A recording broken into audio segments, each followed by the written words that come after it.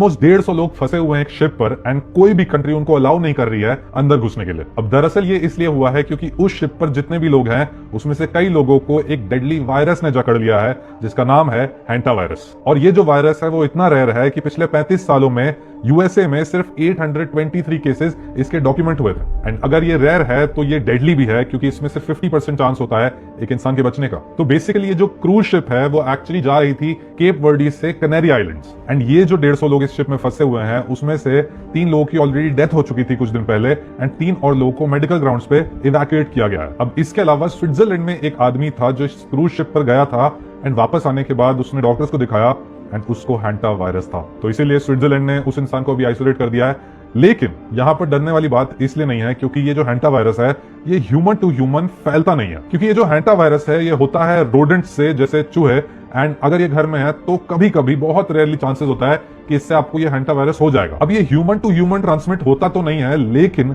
इसका एक स्ट्रेन है जो ब्राजील के साइड मिलता है जो actually human to human transfer हो सकता है जिसका नाम है द एंडीज स्ट्रेन। एंड ये भी तभी ट्रांसफर होता है जब बहुत ही ज्यादा क्लोज कांटेक्ट होता है 2 लोगों के बीच में, तो ये भी काफी ज्यादा मुश्किल है। लेकिन जो इंसान है स्विट्जरलैंड में जिसको ये हुआ है हैंटा वायरस उसको एंडीज स्ट्रेन ही है। तो अब घबराने की बात नहीं है। ऐसा नहीं होगा कि आप कल उठेंगे और आपको पता चलेगा कि भाई कोविड वापस आ चुका है या कोविड जैसा कुछ आ चुका है एंड लॉकडाउन लग गया दुनिया भर में। ऐसा नहीं होने वाला है बट स्टिल थोड़ा प्रिकॉशन हमें रखना चाहिए। एंड जैसे जैसे ये चीजें आगे बढ़ेंगी वैसे वैसे मैं आपको अपडेट देता रहूंगा एंड आई होप कि आप घबराएंगे नहीं।